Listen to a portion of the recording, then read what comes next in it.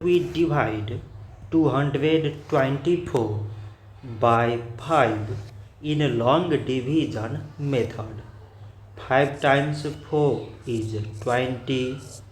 On subtracting, we get 2. So now we put down this 4 and it is 24.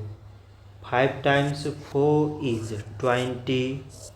On subtracting, we get 4. So now there is no any other number to put it down.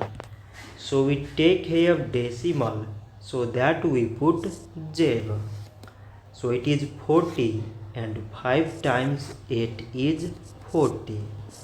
On subtracting, we get 0. So 224 divided by 5 is 44.8. So this much for today and thanks for watching.